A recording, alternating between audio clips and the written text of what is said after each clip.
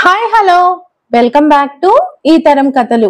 Please ముందుగా వీడియోకి ఒక చిన్న లైక్ చేయండి, అలాగే ఛానల్ ని సబ్స్క్రైబ్ చేసుకోండి. హైప్ అనే ఆప్షన్ మీద క్లిక్ చేసి పాయింట్స్ ని యాడ్ చేయండి. ఈ రోజు కథ అభి సిరి విత్ లవ్ పార్ట్ 34. కథను రచించిన వారు అనురాధ గారు, వాయిస్ ఓవర్ శ్వేత. ఇక కథలోకి వెళ్ళిపోదామా? మరుసటి రోజు ఆఫీస్కి చేరుకుంటూ ఉండగా అభిరామ్ తన వర్క్ అంతా సిరి ఫినిష్ చేయడం చూసి హ్యాపీగా ఫీల్ అయ్యాడు. బట్ బయటపడకుండా నీకెందుకు ఈ శ్రమ, అవసరం లేదు, నాకు రోజు నైట్ వర్క్ ఉంటుంది, సైలెంట్, ఇంకా పీస్ఫుల్గా ఉన్నప్పుడు నేను నా ఇంపార్టెంట్ వర్క్ చూసుకుంటాను, ప్లీజ్ సిరి ఇంకా అల్లరి చేయకు అంటుంటే ఆమె అంతే సింపుల్గా చేస్తాను, మీరు కష్టపడుతూ ఉంటే నేను కుంభకర్ణుల్లా నిద్రపోతానా, అదేం కుదరదు, నా స్టడీస్ ఎలాగో సస్పెన్స్ లో పెట్టాను, ఇంకా నాకు పనే ఉంది, ఫ్రీ టైంలో స్టడీ చేస్తూ మీకు హెల్ప్ కూడా చేస్తాను సార్ అంటూ నా ఎగ్జామ్ ఇటు మీ ప్రాక్టీస్ రెండు కంప్లీట్ చేయాలి, ప్లీజ్ నన్ను మీతో పాటు వర్క్ చేయనివ్వండి అంటూ రిక్వెస్ట్ చేసింది సిరి. అంతలో బ్రేక్ఫాస్ట్ రెడీ అంటూ భీమ్ పిలుపు వచ్చింది. దక్ష అర్జున్తో కలిసి ఆ ఇద్దరు టిఫిన్ చేశారు. ఇప్పుడు నేను ఆఫీస్ కి వెళ్ళాలి సిరి, నువ్వు ఆఫీస్కి వెళ్తావా నాతో వస్తావా అని అడిగాడు అభి. ఆమె నీతో వస్తాను బాస్, నువ్వు లేకుంటే ఆఫీస్లో నేనేం చేస్తాను అని నవ్వుతూ చెప్పి అతడితో పిల్లలుండే ఆర్ఫనేజ్ కి వెళ్ళింది. అక్కడ చాలా బాగుంది, ఆమెకు నచ్చింది. పిల్లలు ఆమెను చేరుకొని ప్రేమగా చూస్తుంటే అందరితో సిరి సంతోషాన్ని పంచుకొని వాళ్ళకి స్వీట్స్ చాక్లెట్స్ ఇస్తూ అక్కడి పూల మొక్కల వైపు వెళ్ళింది. అభిరామ్ సిరి సంతోషం చూసి మురుసుకుపోతూ ఉన్నాడు. వాళ్ళని నీడలా ఫాలో చేస్తూ వస్తున్న వరుణ్ జోషి కావాలని ఆ ప్లేస్కి వచ్చి డొనేషన్ ఇచ్చాడు. అక్కడ పరిసరాలు చూస్తున్నట్టు సిరిని చూడడానికి వెళ్ళాడు. సిరి అనుకోకుండా ఒక మొక్కకి ఉన్న గొంగలి పురుగులు చూసింది. అంతే, అవంటే ఆమెకు చచ్చెంత భయం. ఒక్కసారిగా కయ్యమంటూ అరిచి బూచి బూచి అనడం మొదలుపెట్టింది. అభిరామ్ ఆమెకు కాస్త దూరంగా ఉన్నాడు. సిరి భయపడిపోయి కళ్ళు గట్టిగా మూసుకొని అక్కడి నుండి పక్కకొచ్చేసి ఎదురుగా వస్తున్న అభిరామ్ని గట్టిగా చుట్టుకొని అభి బూచి బూచి అంటూ చిన్నపిల్లలా ఏడుస్తూ భయంగా చెబుతూ ఉంటే ఆమెను చుట్టి పట్టుకొని అభి బుజ్జగిస్తూ ఏం లేదు ఏం లేదు అంటూ పక్కకి తీసుకువెళ్తున్నాడు. సిరి నడవలేదు, అతడే ఆమెను చిన్నపిల్లాడిలా పట్టుకొని పక్కకి తెచ్చుకున్నాడు. అదంతా చూసిన వరుణ్కి ఇంకాస్త ఈర్ష్య కలిగింది. అతడికి ఆమె హక్ కావాలి అనుకుంటే అతడి ముందే అభిరామ్ ఆమెను బలంగా హక్ చేసుకొని నన్ను రెచ్చగొడుతున్నాడు, ఎలా అయినా ఆమెను హత్తుకోవాలి అని ఫిక్స్ అయ్యాడు. మనసు కంట్రోల్ చేసుకుంటూ వాళ్ళ మధ్యకు వెళ్తుంటే అభి సిరికి నీళ్లు పడుతూ వరుణ్ రావడం చూసి చిన్న నవ్వు నవ్వాడు.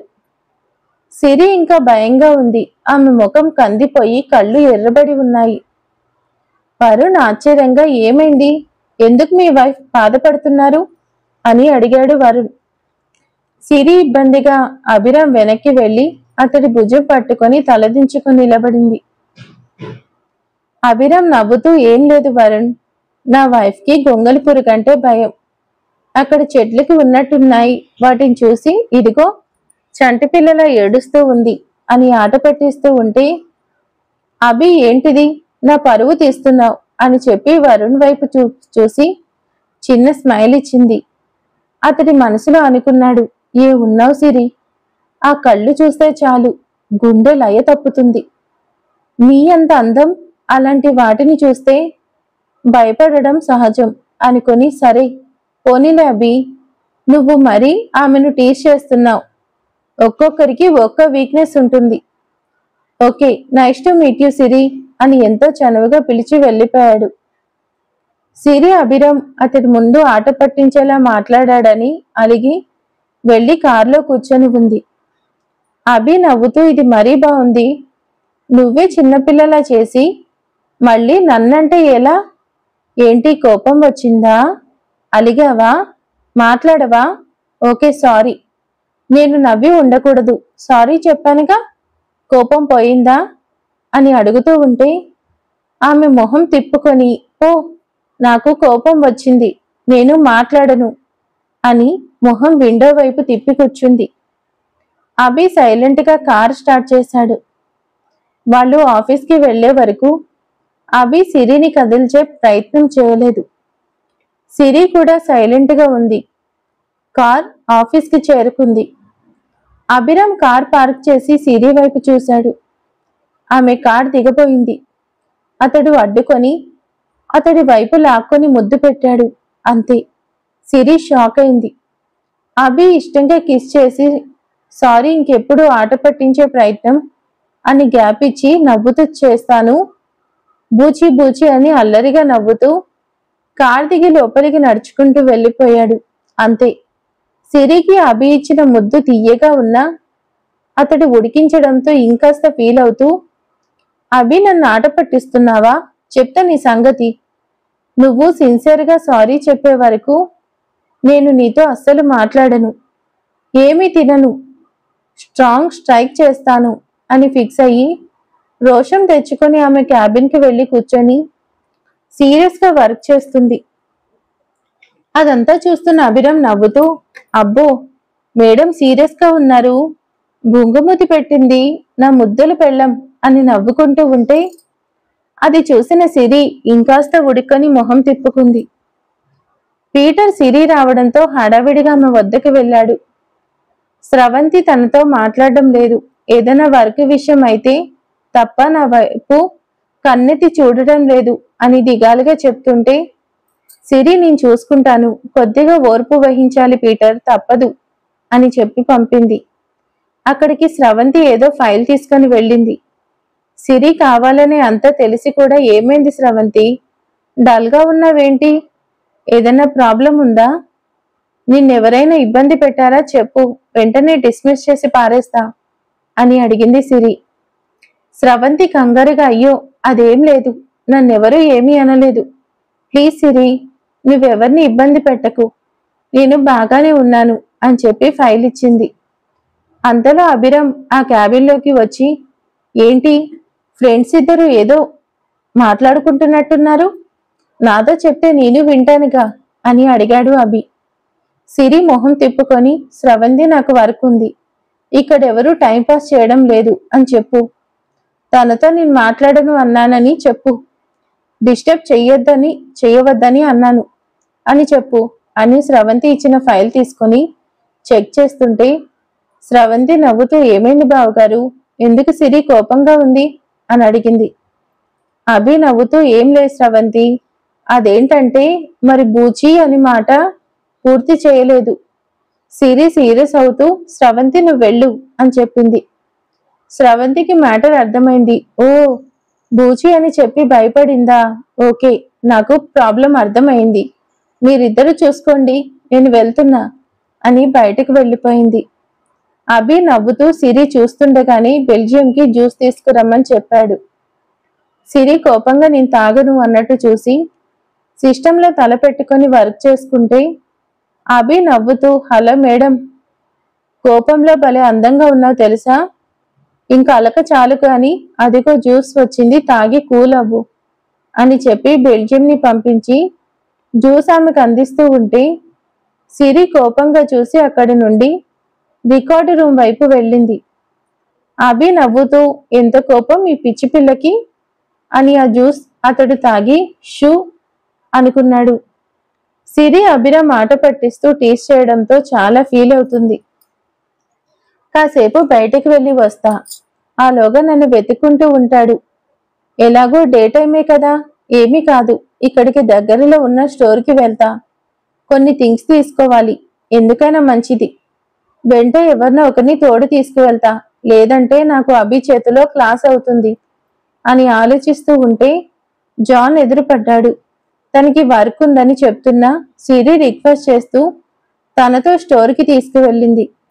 వాళ్ళు వెళ్ళడం అభిరామ్ చూడలేదు, అర్జున్ చూశాడు. సిరి అలిగిందని ఎక్కడికి వెళ్ళిందని చూడబోతే అర్జున్ చెప్పాడు జాన్తో కలిసి బయటకు వెళ్ళిందని. అభి హమ్మయ్య అనుకొని జాన్కి ఫోన్ చేసి తనకు నా మీద కోపం వచ్చింది, నువ్వేదో ఒకటి తినిపించు జాన్ ప్లీజ్ అన్నాడు. జాన్ నవ్వుతూ అదా విషయం, నేను చూసుకుంటాను బాస్ అని ఆమెతో కలిసి స్టోర్లో షాపింగ్ చేస్తూ జాస్మిన్ చాక్లెట్ అని ఆమె చేతికి చాక్లెట్ ఇచ్చాడు. అసలే మొండి. అభి సారీ చెప్పే వరకు ఏమీ తినని ఫిక్స్ అయింది. అందుకే ఇప్పుడు కాదు ఇంటికి వెళ్ళాక తింటా అని కొన్ని వస్తువులు తీసుకుంటూ ఉంది. ఫ్రూట్స్, వెజిటేబుల్స్ లాంటివి తీసుకొని మూడ్ చేంజ్ చేసుకుంటూ ఉంది. జాన్ ఆమెతో పాటు ఉండి హెల్ప్ చేస్తున్నాడు. ఇక్కడిలా ఉండగా ఆమె స్టోర్లోకి వెళ్ళడం జోసెఫ్ చూశాడు. ఎలా అయినా ఆమెకు ఇబ్బంది చేసి అలా చేస్తే ఒక గొడవ వదిలిపోతుంది. ఈ హగ్ లాంటివి కుదిరే పని కాదు, మంచి అవకాశం అన్నట్టు కాచుకొని ఉన్నాడు. అభిరామ్ కావాలని ఆమెను ఆట పట్టించి సిరి బయటకు వెళ్లేలా చేశాడు. సిరి మొండిగా బయటకు వచ్చి తప్పు చేసింది. కొంత సమయం గడిచింది. షాపింగ్ పూర్తయింది. జాన్కి అభి 2 సార్లు ఫోన్ చేశాడు. సిరి షాపింగ్ ఇంకా అవ్వలేదు అని చెప్పాడు. ఈసారి జాన్ కాల్ చేసి షాపింగ్ అయింది అని చెప్పాడు. అభి వాచ్ వైపు చూసి అల్లరి పిల్ల, ఏమీ తినలేదు, భయంగా ఏడ్చింది, ఏదో సరదాగా ఆట పట్టిస్తే అలగాలా, నేను ఈడియట్లా ఆట పట్టించాను. ఓకే వస్తున్నా ఉండు, సారీ చెప్పి రెస్టారెంట్కి తీసుకువెళ్తాను, నా చేతులతో తినిపిస్తాను అని ఫిక్స్ అయ్యి సిరి ఉన్న స్టోర్కి చేరుకునే పనిలో ఉన్నాడు. అభిరామ్ ఆఫీస్ బయటకు వెళ్తుంటే అతడికి ఒక ఇన్ఫర్మేషన్ వచ్చింది. అరెస్ట్ అయిన జేమ్స్ గ్యాంగ్ రిలీజ్ అయ్యారు అని, వాళ్ల కోసం చాలా డబ్బు ఎవరో లేడీ ఖర్చు చేసిందని, రిలీజ్ అయిన వాళ్ళు ఇప్పుడే ఆమెను మీట్ అయ్యే పనిలో ఉన్నారు అని. అంతే. అభిరామ్ స్టోర్ వైపు వెళ్లకుండా జేమ్స్ గ్యాంగ్ కలుసుకోబోయే లేడీ ఎవరో, వీళ్ళకి అంత డబ్బు ఎందుకు ఖర్చు చేసిందో తెలుసుకోవాలని అటు పయనమయ్యాడు. ఇక్కడ చూస్తే సిరి చాలా ప్రమాదంలో ఉంది. అభి జాన్కి ఫోన్ చేసి తాను వేరే పని మీద వెళ్తున్నట్టు సిరిని ఇంటికి చేర్చమని చెప్పేసి వెళ్ళాడు. సిరి షాపింగ్ చేసుకుని జాన్ వెళ్దామా అని అడిగింది. జాన్ ఓకే అన్నాడు. ఆమె ఆశపడింది అక్కడికి అభి వస్తాడని, కానీ తను రాలేదు. అంతే. ఆమెలో ఇంకో పంతం పెరిగింది. నాకు సారీ చెప్పి చల్లటి ఐస్ క్రీమ్ తినిపిస్తే కోపం పోతుందిగా, అయ్యగారు ఆఫీస్లో బిజీ అయిపోయారు, అంతేలే, నేను ఇంటికి వెళ్ళిపోతాను, నైట్కి నువ్వు వచ్చే వరకు ఏమీ తీసుకోను, అంతే అని. జాన్ ఇంటికి వెళ్ళాలి, డ్రాప్ చేయవా అని అడిగింది. జాన్ ఓకే అని ఆమె తీసుకున్న వాటికి కార్ డిక్కీలో పెట్టాలని తీసుకువెళ్ళాడు. సిరి మొబైల్ చూసుకుంటూ అభి ఒక్కసారి అయినా మెసేజ్ అయినా చేశాడేమో అని చూస్తూ ఆ స్ట్రీట్ రోడ్ క్రాస్ చేస్తూ ఉంది. ఆమె కంటే ముందు కార్ వద్దకు జాన్ వెళ్లి సరుకులు కారులో పెడుతున్నాడు. సిరి సింగిల్ గా నడవడం జోసెఫ్ చూశాడు. అంతే. ఇదే సమయం అని ఆమెను కార్తో ఢీకొట్టి పారేయాలని అతడి కార్ స్టార్ట్ చేశాడు. అభి జేమ్స్ గ్యాంగ్ చేరుకున్న అడ్రస్ కి వెళ్ళాడు. అక్కడ చూస్తే ఆలియా వాళ్లతో మాట్లాడుతూ కనిపించింది. ఎలా అయినా సిరిని అభిరామ్ని దూరం చేయాలని, తనని అవమానించిన అభిరామ్ అతడి భార్య సంతోషంగా ఉండకూడదని చెప్తుంది. జేమ్స్ చేతికి ఉన్న బ్యాండెడ్ వైపు చూసుకుంటూ, అవును, నన్ను నా వాళ్ళని కొట్టి అరెస్ట్ అయ్యేలా చేసిన వాళ్ళని ఎలా అయినా నాశనం చేస్తాం, కానీ అంతకంటే ముందు బయటకు వచ్చినందుకు పార్టీ చేసుకుంటాం. మమ్మల్ని నమ్మి ఇలాంటి లోన్లీ ప్లేస్కి ఒంటరిగా ఎలా వచ్చావు యంగ్ లేడీ? 3 నెలలుగా జైల్లో ఎలాంటి రొమాంటిక్ ఎక్స్పీరియన్స్ లేదు మాకు, ఫుల్ మీల్స్లా దొరికావు అంటూ ఆమెపై చెయ్యి వేసే ప్రయత్నం చేస్తుంటే ఆలియా షాక్ అయ్యి, రేయ్, మిమ్మల్ని రిలీజ్ చేసిందే నేను, మీరు నన్నే టార్గెట్ చేస్తారా, ఇది తప్పు అంటుంటే జేమ్స్ నవ్వుతూ, తప్పుడు మనిషికి తప్పు అని చెప్పే అధికారం లేదు డియర్, మాకు నువ్వే హెల్ప్ చేశావు, పోలీస్ వాళ్ళకి కూడా సంగతి తెలుసు, సో వాళ్ళు నిన్ను మేము ఏదైనా చేశామంటే నమ్మరు, ఎందుకంటే నువ్వు మాకు ఫేవర్ చేసిన దానివి, నిన్ను మేమెందుకు హర్ట్ చేస్తాం, అంటూ రివర్స్ అవుతాం. సో గాయ్స్ ఎంజాయ్ అంటూ ఆలియాని చుట్టుముట్టారు. అంతే, ఆమెకు సీన్ అర్థమైంది. వీళ్ళు తనని అటాక్ చేస్తున్నారు అని. వెంట తెచ్చుకున్న గన్ తీసి వాళ్ళకి చూపించింది. జేమ్స్ గ్యాంగ్ కాస్త వెనక్కి తగ్గారు. ఆలియా సీరియస్ గా వార్నింగ్ ఇచ్చి అక్కడి నుండి తప్పించుకోవాలని చూస్తే జేమ్స్ ఫ్రెండ్ ఆలియా వెనుక నుండి వచ్చి ఆమె చేతిలో గన్ లాక్కున్నాడు. ఆలియాని 6 ఒకేసారి అటాక్ చేస్తూ అక్కడి నేలపై పడతోసి ఆమె వేసుకున్న డ్రెస్ తీసేసే ప్రయత్నం చేస్తున్నారు. ఒక్కసారిగా పరిస్థితి తారుమారైంది. సిరిని నాశనం చేయాలి అనుకున్న ఆమె జీవితమే నాశనం అయిపోయేలా ఉంది. జేమ్స్ ఆమె మీద కొంగి వేసుకున్న షర్ట్ బలంగా పట్టుకొని చింపి తీసేశాడు. అచ్చం సిరి విషయంలో వాడు ఎలా అయితే ప్రవర్తించాడో అచ్చం అలాగే ఆలియా విషయంలో ప్రవర్తిస్తూ ఆ గ్యాంగ్ మొత్తం ఆమె జీవితం నాశనం చేయాలని చూస్తున్నారు. వాళ్ళ మధ్య జరిగిన సంభాషణ అంతా ఇంగ్లీష్లో జరిగింది. ఆలియాకి ఇప్పుడు తను చేసిన తప్పేంటో అర్థమైంది. భయంతో గుండె కొట్టుకుంటూ ఉండగా ఊపిరి బిగపెట్టి హెల్ప్ అంటూ గట్టిగా అరిచింది. సరిగ్గా అప్పుడే అక్కడ ఎంట్రీ ఇచ్చాడు అభిరామ్. జరిగిందంతా అతడు చూశాడు, వాళ్ళ మాటలు విన్నాడు. ఆలియా పరిస్థితి చూసి ఎక్కడ లేని కోపం తెచ్చుకున్న అభిరామ్ జేమ్స్ గ్యాంగ్ ని పచ్చడి కింద కుమ్మేశాడు. ఆల్రెడీ అభి చేతిలో తన్నులు తిన్న వాళ్ళు కావడంతో అతన్ని చూడగానే భయపడ్డారు. అభిరామ్ రావడంతో ఆలియా పక్కకి తప్పుకొని ఆమె ఒంటిని కప్పుకుంటూ ఏడుస్తూ ఉంది. అభిరామ్ ముందుగా పోలీసులకు ఇన్ఫర్మేషన్ ఇవ్వడంతో జేమ్స్ గ్యాంగ్ కి అభిరామ్ చేతిలో చావు దెబ్బలు తప్పలేదు, అరెస్ట్ అవ్వడం తప్పలేదు. ఆ గ్యాంగ్ కి ఈసారి రిలీజ్ అనేది లేకుండా చేస్తాం అని పోలీసులు తీసుకుపోయారు. చిరిగిన బట్టలతో బాధపడుతూ కూర్చున్న ఆలియాని చేరుకున్న అభిరామ్ అతడు వేసుకున్న షర్ట్ తీసి ఇచ్చాడు. ఆలియా కన్నీళ్లు పెట్టుకుంటూ, సార్ నన్ను క్షమించండి, నేనెంతో తప్పు చేశానో ఇప్పుడు అర్థమైంది. మీరే కనుక రాకపోయి ఉంటే నా జీవితం సర్వనాశనం అయి ఉండేది. మీ సహాయం నేను జన్మలో మర్చిపోను అంటుంటే అభిరామ్ కోపంగా చూస్తూ, నేను మాత్రం నిన్ను జన్మలో గుర్తు చేసుకోను. ఛీ, ఎలాంటి ఆడదానివి నువ్వు? నీకు సిరి ఏం అపకారం చేసింది? తనని నాశనం చేయాలని కంకణం కట్టుకున్నావు. తను ఎంత బాధపడి ఉంటుందో, ఎంత భయపడి ఉంటుందో ఇప్పుడు అర్థమైందా? అయినా ఇలాంటి ప్లేస్కి ఆ రాస్కల్ని కలవడానికి వచ్చావా? మమ్మల్ని నాశనం చేయమని వాళ్ళని విడిపించావా? ఛీ, నీ కోసం, నీ బాగు కోసం ముక్తా ఇండస్ట్రీలో జాబ్ ఇప్పించాను. నువ్వు నా కంపెనీలో కొన్నాళ్ళు వర్క్ చేశావనే కృతజ్ఞతతో నువ్వు నా భార్యని బాధ పెట్టినా నేను నీకు మేలే చేశాను. కానీ నువ్వు నీ దుష్టబుద్ధి చూపించావు. నీకు తగిన శాస్తి జరిగింది. చూస్తూ ఊరుకోలేక సేవ్ చేశాను. ఇంకా నీ ముఖం ఈ జన్మలో చూడదలుచుకోలేదు. ఓ ఇక్కడి నుండి అంటుంటే ఆలియా అభిరామ్ కాళ్ళు పట్టుకొని, సార్ నన్ను క్షమించండి, నేను విచక్షణ లేకుండా ప్రవర్తించాను. సిరి పట్ల నాకు కోపం, ద్వేషం కలగడానికి కారణం మీ మీద ఉన్న ఇష్టమే సార్. నాకు మీరంటే ఇష్టం. నా మనసులో మాట చెప్పే ధైర్యం లేకుండా పోయింది. ఒకరోజు మీరు ఉన్నట్టుండి ఇండియా వెళ్ళి పెళ్లి చేసుకుని వచ్చారు. ఎంత బాధపడ్డానో, చనిపోవాలి అనిపించింది సార్. అంత ఇష్టం సార్ నాకు మీరు. ఆ తర్వాత మీ భార్య ఇక్కడికి రాలేదని, మీకు దూరంగా ఉందని తెలిసింది. నాకు ఆశ కలిగింది. ఎలా అయినా మిమ్మల్ని సొంతం చేసుకోవాలి అనుకుని ఏవేవో చేసేశాను. నా దృష్టి సిరి మీకు చేరువగా ఉండడం తట్టుకోలేకపోయింది.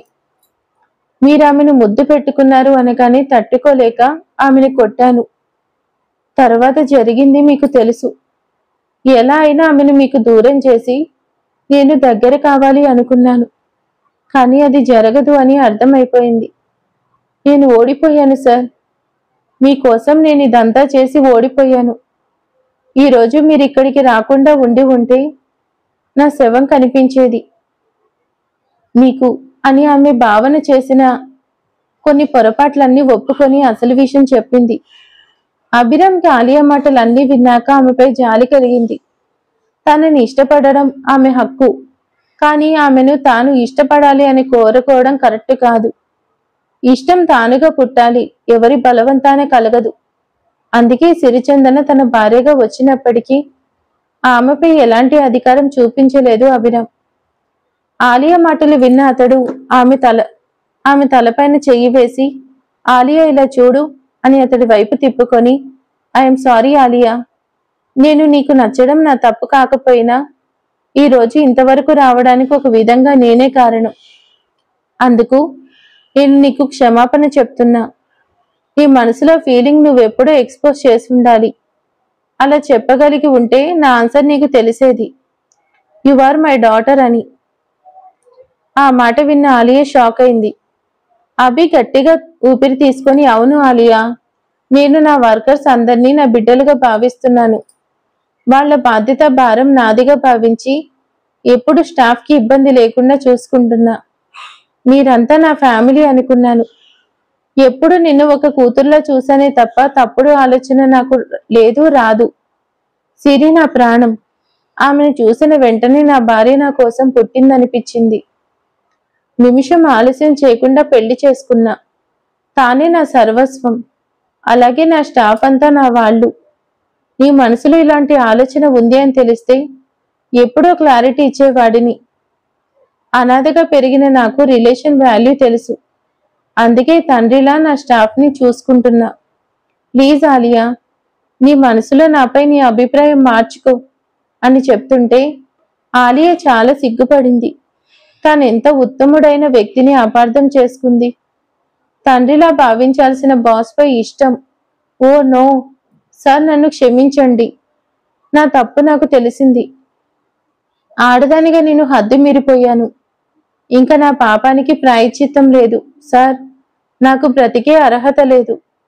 వెంటనే నన్ను చంపేసేయండి అంటుంటే అభి ఆలియాలో మార్పు వచ్చింది అని అర్థం చేసుకొని, నో ఆలియా, నీలో ఇంతవరకు ఉన్న చెడు ఆలోచన ఎప్పుడో చచ్చిపోయింది. ఇంకా నీకు ఎలాంటి పనిష్మెంట్ ఉండదు. హ్యాపీ లైఫ్ లీడ్ చేయి. ఒక ఫాదర్గా నా హెల్ప్ ఉంటుంది. సిరి కూడా నీకు హెల్ప్ చేస్తుంది. ఆమె నీ కోసం నిన్ను విడిచి వెళ్ళిపోవాలి అనుకుంది. అంత మంచి అమ్మాయి నాకు భార్య అయింది. అందుకు నాకు గర్వంగా ఉంది ఆలియా. ఆమె కోసం నా సర్వస్వం ఇవ్వడానికి సిద్ధపడ్డాను. అందుకు నాకు తృప్తిగా ఉంది. ఎలాంటి దిగులు లేదు. I'm very lucky. నాకు భార్యగా సిరిచందన వచ్చింది. తను నిజంగా సిరి, అందులో ఎలాంటి సందేహం లేదు. ప్లీజ్ ఆలియా, నువ్వు ఇంకా జరిగిన సంఘటన గుర్తు చేసుకుంటూ బాధపడకు. నీ వైపు ఎలాంటి కేసు ఉండకూడదు అని పోలీస్ ఆఫీసర్కి నీ పేరు చెప్పలేదు. ఇంకా నీ లైఫ్లో ఎలాంటి సమస్య రాకూడదు. మంచి అబ్బాయిని చూసి పెళ్లి చేసుకో అని చెప్తుంటే ఆలియా అభిరామ్ని గొప్పగా చూస్తూ, మీరు నిజంగా గ్రేట్ సార్. మీకు అన్యాయం చేయాలని, మీ భార్యని నాశనం చేయాలని చూసిన నన్ను కాపాడి నాకు మంచి లైఫ్ వస్తుందని ఆలోచిస్తున్నారు. Great sir. నా తప్పులు క్షమించారు. నాకు అంతే చాలు. ఇంక నేను ఎప్పుడు తప్పు చేయను. నేను పెళ్లి చేసుకుంటాను సార్. మా ఫాదర్ మదర్తో పాటు ఈ ఫాదర్ కూడా నాకు ఆశీర్వాదం ఇవ్వాలి అని చేతులు జోడించి చెప్తుంటే అభి నవ్వుతూ, గుడ్, ఈ ఫాదర్ ఒక్కడే కాదు, మదర్ కూడా ఉంది. తన ఆశీర్వాదం ఉంటుంది. వెళ్ళు. అంతా మర్చిపోయి న్యూ లైఫ్ స్టార్ట్ చేయి అని చెప్పి పంపించాడు. ఆలియా పూర్తిగా మారింది. ఆమె చేసిన తప్పేంటో ఇప్పుడు ఆమెకు అర్థమైంది. మనసులో కుళ్ళు కుతంత్రం విడిచిపెడుతూ మనిషిగా మారింది. అభిరామ్ ఆమెకు పునర్జన్మ ప్రసాదించాడు. అందుకే ఆలియా ఇంకా తప్పు చేయలేదు. అభి మనసు బరువైంది. ఆలియా తన కారణంగా సిరిని బాధ పెట్టింది అని ఫీల్ అవుతూ సిరి నీ చేరువలో చేరుకునే పనిలో పడ్డాడు. కొంత సమయం క్రితం సిరి రోడ్డు క్రాస్ చేస్తూ అభిరామ్ మెసేజ్ కూడా చేయలేదని ఫీల్ అవుతూ ఉన్న సమయంలో వేగంగా ఆమె మీదకు ఒక కారు రావడం జాన్ గమనించాడు. అతడు సిరి చూసుకో అంటున్నాడు. సిరి అటు చూసింది. ఆ కారు ఆమెను ఖచ్చితంగా గుద్దేస్తుందని సిరి భయంగా అరుస్తూ కళ్ళు మూసుకుంది. అంతలో ఎక్కడి నుంచి వచ్చాడో వరుణ్ ఆమెని అతడి బలమంతా చూపిస్తూ గట్టిగా హత్తుకొని చుట్టుకొని పక్కకు లాగాడు. ఏం జరిగింది సిరికి అర్థం కాలేదు. భయంతో అతన్ని గట్టిగా పట్టుకుని ఉండిపోయింది. ఆమెను సేవ్ చేసే ప్రయత్నంలో సిరి మోకాలికి అక్కడికి ఓ పోల్ తగులుకొని గాయమైంది. వరుణ్ ఆమెను బలంగా హక్ చేసుకుని తన కోరిక నెరవేరింది అన్నట్టు చూస్తుంటే ఆమె మాత్రం భయంగా అతన్ని పట్టుకొని ఉండిపోయింది. పరుగులు పెడుతూ వచ్చిన జాన్ ప్రమాదం తప్పిందని ఊపిరి తీసుకున్నాడు. వరుణ్కి సిరిని విడిచిపెట్టడం ఇష్టం లేదు, కానీ తప్పడం లేదు. అందుకే విడిచిపెడుతూ సిరి ఆర్ యు ఓకే అంటూ ఉన్నాడు. సిరి కళ్ళు తెరిచి చూసింది. ఎదురుగా వరుణ్ ఉన్నాడు. ఆమె ఇబ్బందిగా అతన్ని విడిచిపెడుతూ కాలు నొప్పి చేయడంతో కింద పడబోతుంది. జాన్ పట్టుకుని అమ్మా జాస్మిన్ ఏమైంది, దెబ్బలేమైనా తగిలాయా అని అడిగాడు. సిరి మోకాలి వద్ద బ్లడ్ వస్తుంది, కానీ ఆమె ఇబ్బందిగా ఏం లేదు, బాగానే ఉన్నాను వెళ్దామంటూ వరుణ్కి థ్యాంక్స్ చెప్పింది. అతడు చిన్నగా నవ్వి చూసుకోవాలిగా, టైంకి నేను చూశాను సరిపోయింది, జాగ్రత్త అమ్మా అని కాలికి గాయమైంది, హాస్పిటల్కి వెళ్దామా అని అడిగాడు. ఆమె నో పర్లేదు నేను వెళ్ళాలి అని జాన్ చేయి పట్టుకుని ముందుకు కదిలింది. జాన్ వరుణ్కి థ్యాంక్స్ చెప్పి సిరిని తీసుకుని కారెక్కించాడు. వరుణ్ వాళ్ళకి డౌట్ రాకూడదు అని ఆ స్టోర్ లోపలికి వెళ్ళిపోయాడు. సిరి వద్దు అంటున్నా జాన్ ఆమెకు హాస్పిటల్కి తీసుకువెళ్ళాడు. చూడబోతే కాస్త పెద్ద దెబ్బే తగిలింది. స్టిచెస్ పడ్డాయి, కట్లు వేశారు. వారం రోజులు బెడ్ రెస్ట్ తీసుకోమని చెప్పారు. సిరికి ఇప్పుడు నొప్పి తెలుస్తుంది. జాన్ ఆ విషయం భయపడుతూ అభిరామ్కి ఫోన్ చేసి చెప్తున్నాడు. మరి ఆ తర్వాత ఏం జరగబోతుంది ఏంటి అనేది ఇక నెక్స్ట్ పార్ట్లో తెలుసుకుందాం. Thank you for watching. Bye.